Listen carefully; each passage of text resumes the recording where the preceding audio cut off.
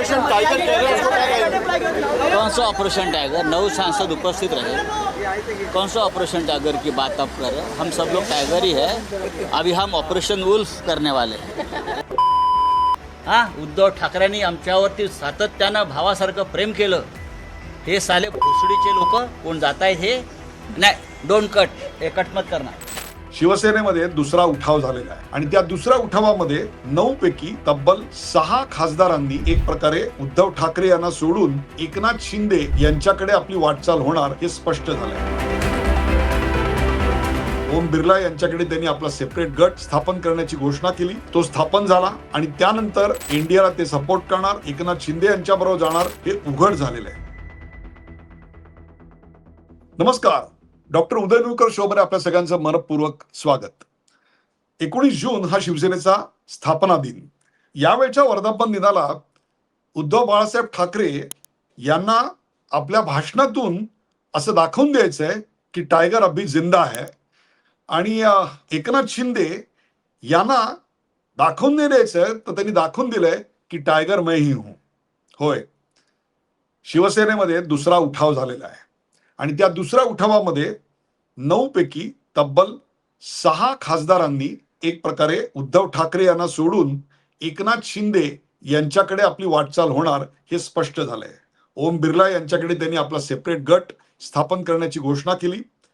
तो स्थापन झाला आणि त्यानंतर इंडियाला ते सपोर्ट करणार, एकनाथ शिंदे यांच्याबरोबर जाणार हे उघड झालेलं आहे। त्यामुळे 19 जूनला एकनाथ शिंदे यांच्या शिवसेनेमध्ये आनंदाचं वातावरण असेल और मैं ही टायगर हूं हे त्यांनी सिद्ध केलेलं असेल तर टायगर अभी जिंदा है हे उद्धव ठाकरे यांना त्यांच्या भाषणातून सिद्ध करायला लागेल। त्यामुळे कावळे मावळे कोथळे हे नेहमीचं भाषण करून चालणार नाहीये। पण महाराष्ट्रातल्या या फुटीनं काही प्रश्न निर्माण झालेत आणि त्यांचीच आज चर्चा करण्याकरता म्हणून मी हा विशेष कार्यक्रम करतोय। प्रत्येक गोष्टीचं क्रेडिट किंवा श्रेय किंवा अपश्रेय भारतीय जनता पक्षाला किंवा त्यांच्या धोरणीपणाला किंवा त्यांच्या कट कारस्थानाला द्यायचं काही कारण नाहीये।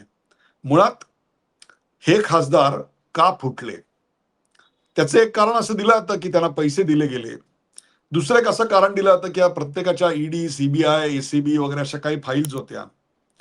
मग प्रश्न असा येतो की अशा प्रकारे फाईल्स असणारे फुटू शकतात हे लक्षात घेऊन अशा फाईल असणाऱ्यांना तुम्ही तिकीटच का दिलीत? पहिल्यांदा तुम्ही तिकीट न देता त्यांना निवडून यायची क्षमता आपल्या पक्षाची का बरं ठेवली नाहीत? दुसरी गोष्ट, प्रत्येक व्यक्ती ही फाईल आहे किंवा पैसे मिळालेत, 1 खोके काय 50 खोके का काय ह्याच्यामुळे जातो असं काही समजायचं कारण नाहीये। आजकालचे राजकारणी हे क्वाईट प्रोफेशनल आणि करिअर माइंडेड झालेले आहेत। प्रत्येकाला आपल्या भविष्याची काळजी आहे। 2029च्या लोकसभा जेवढ्या आम्हा पत्रकारांना दूर वाटतात ना तेवढ्या या खासदारांना वाटत नाहीयेत।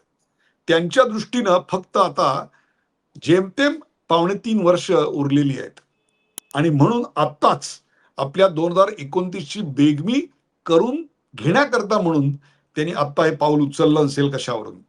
आणि त्याहीपेक्षा तृणमूल काँग्रेसचा जो पराभव झाला त्यातून एकूणच जनतेच्या जनमानसाचा कौल जो दिसला, जनमानस जे दिसलं त्यातून असं स्पष्ट दिसतंय की भारताची वाटचाल ही 100% हिंदू मतांकडे होते आणि उद्धव ठाकरे यांच्या पक्षाची वाटचाल किंवा काँग्रेसची वाटचाल ही बरोबर त्याच्या विरुद्ध होताना दिसते।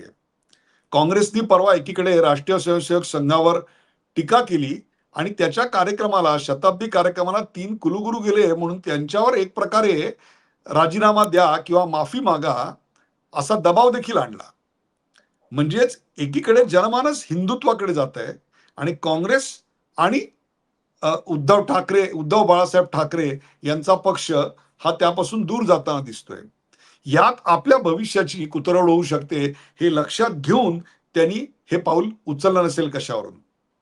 अर्थात एकनाथ शिंदे यांनी पक्षांतर केलं, त्यांच्याबरोबर 2/3 लोक आले, त्याची लीगल केस, ती जी एक पायवाट झाली त्या पायवाटेचा पुढे हमरस्ता झाला आणि त्या हमरस्त्यावरून पहिल्यांदा आप, त्याच्यानंतर तृणमूल काँग्रेस आणि आता शिवसेना पक्ष हा पुढे जातोय।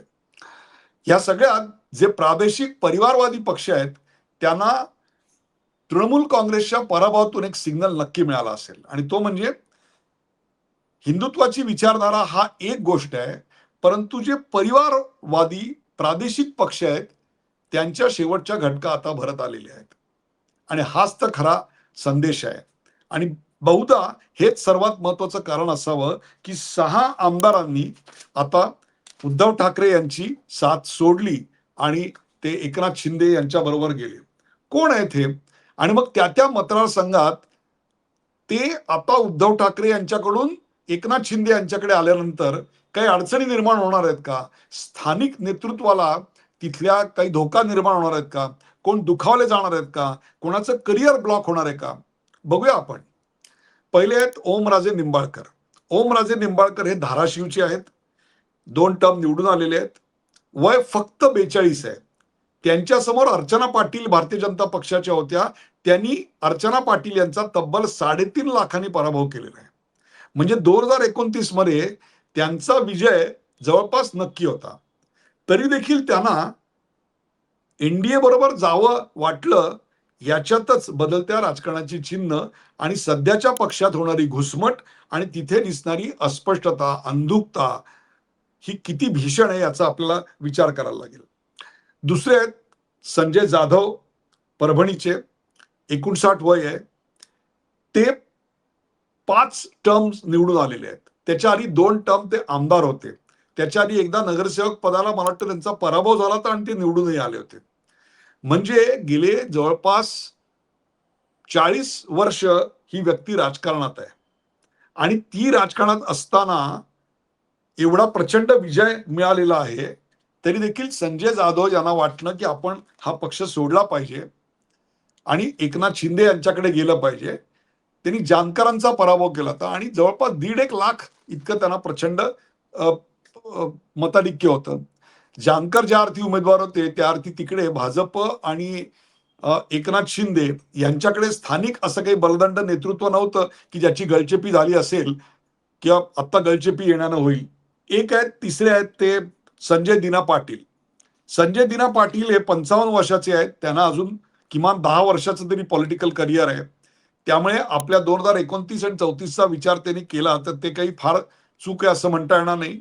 जेव्हा त्यांना याच्यावरनं डिवचलं तेव्हा त्यांनी सांगितलं, ज्या चॅनलला टीआरपी नाही आणि ज्या चॅनलचे इन्व्हेस्टर्स त्याच्यापासून दूर चाललेत, जनता सोडून चालली आहेत, प्रेक्षक वर्ग सोडून चाललाय, अशा चॅनलमध्ये तुम्ही पत्रकार तरी राहाल का? मग जर आम्ही ज्या ठिकाणी आम्हाला काम करता येईल, प्रेक्षक आम्हाला बघतील, अशा टीआरपीच्या प्रदेशात गेलो, चॅनलमध्ये गेलो तर आमचं काय चुकलं? आज संजय दिना पाटील यांच्यामुळं खरी गोची कोणाची होणार आहे तर ती मिहीर कोटेचा यांची होणार आहे. मिहीर कोटेचा हे अवघ्या 30,000 मतांनी हारले. तिकडे जर वंचित बहुजन आघाडीचा उमेदवार नसता तर कदाचित मिहीर कोटेचा निवडूनही आले असते.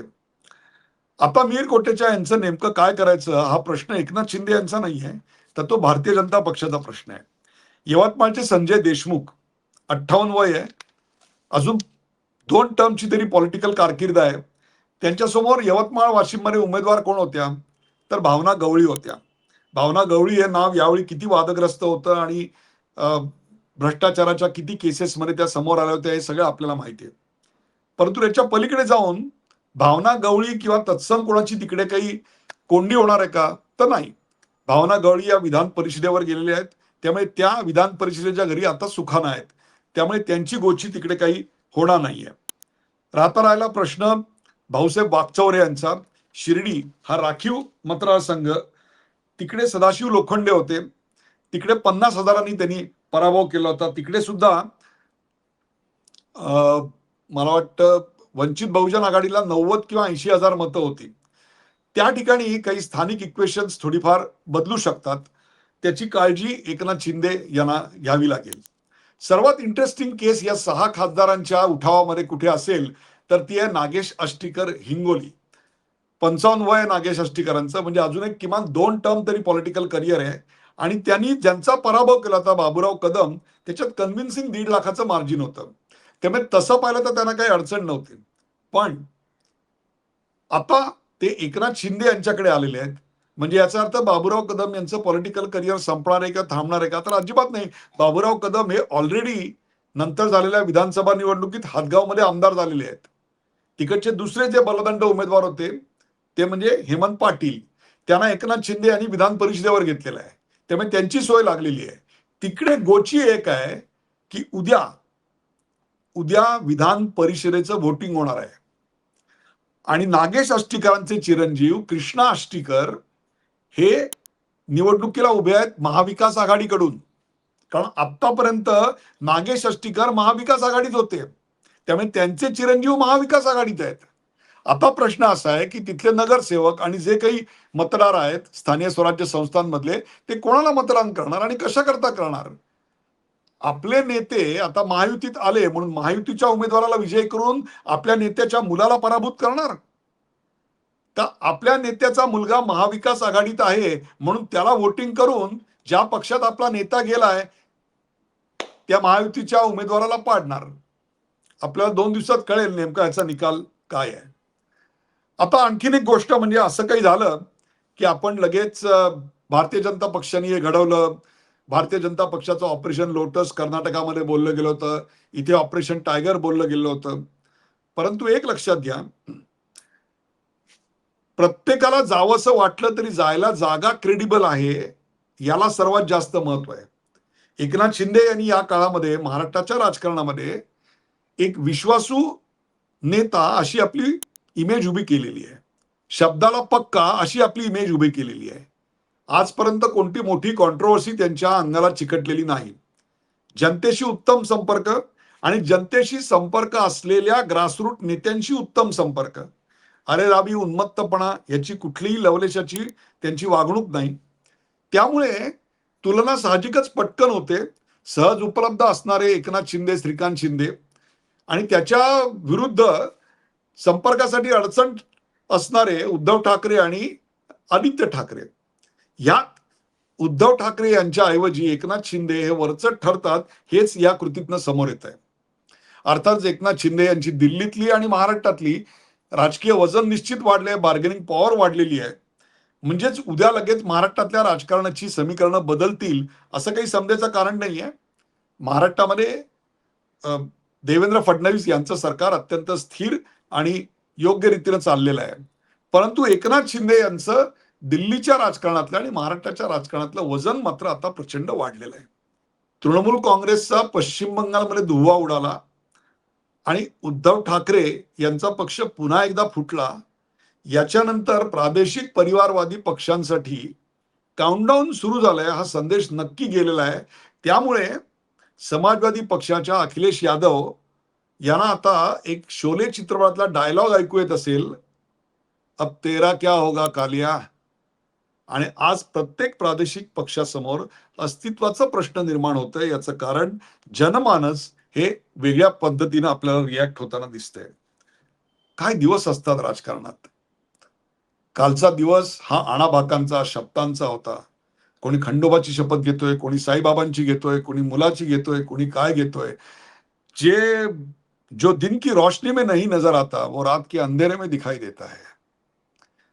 और रात जितनी गहरी होती है सन्नाटा उतना ही खौफनाक होता है. हे राजकारण अतिशय व्यावसायिक, हे राजकारण अतिशय प्रोफेशनल बनलंय. चूक की बरोबर आपण काय बोलणार. 25 आणि 30 हजार रुपये स्क्वेअर फीट ज्या बिल्डिंगांमध्ये फ्लॅटचा रेट आहे तिथे मतं मागायला आलेल्या उमेदवाराकडे आम्हाला रंग लावून द्या, पेवर ब्लॉक लावून द्या, आम्हाला केबल टीव्हीची कनेक्शन द्या असं मागणारे प्रोफेशनल मतदार जर असतील तर मग तशा प्रकारची वसुली करून आपली संधी शोधणारे प्रोफेशनल करिअरिस्ट राजकारणीच तुमच्या नशिबी येणार. तो काळ गेला की ज्या वेळेला तत्वांसाठी आयुष्यभर उपेक्षा सहन करायची क्षमता असलेले उमेदवार होते. मला आठवतंय 70च्या दशकामध्ये ठाण्यामध्ये आमच्या मुकुंदराव आगासकर म्हणून एक जनसंघाचे उमेदवार होते. नगर परिषदेपासून ते पार लोकसभेपर्यंत प्रत्येक निवडणुकीला उभे राहायचे आणि पडायचे म्हणजे डिपॉझिट सुद्धा जायचं, पण चेहऱ्यावरचं हास्य कधी लपलं नाही आणि कामाला कधीही चुकारपणा केला नाही. तेच ते आपले 4 कार्यकर्ते बरोबर घ्यायचे, घरोघरी जायचं, प्रत्येक गल्लीत आपला प्रचार करायचा, पायी प्रचार करायचा, भाषणं करायची, गल्लीच्या नाक्यावर उभं राहून आणि तरी पराभव झाला तरी हसऱ्या चेहऱ्यानं पुन्हा दुसऱ्या दिवशी कामाला लागायचं.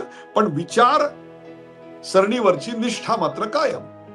मला आठवत आहे त्यांच्या घरासमोर सत्तारूढ काँग्रेसच्या उमेदवारांनी एक घोषणा लिहिली होती. त्यांचं नाव होतं मुकुंदराव अगसकर. म्हणून लिहिलं होतं, मुकुंदा मुकुंदा पडशील तरी कितींदा. कार्यकर्ते आले आणि ते म्हणले, मुकुंदराव आपण त्याच्यावर पांढरा पेंट लावू. ते म्हणले, अरे ठेवा तसंच, पुढच्या निवडणुकीला पडलो की पुन्हा लिहायचा खर्च त्यांना व्हायला नको, आणि पुन्हा कामाला बाहेर पडले. पण पक्षाची साथ कधी सोडली नाही. हा काळ गेला आता. अशा प्रकारे पक्षावर निष्ठा असलेली माणसं खूप कमी झाली.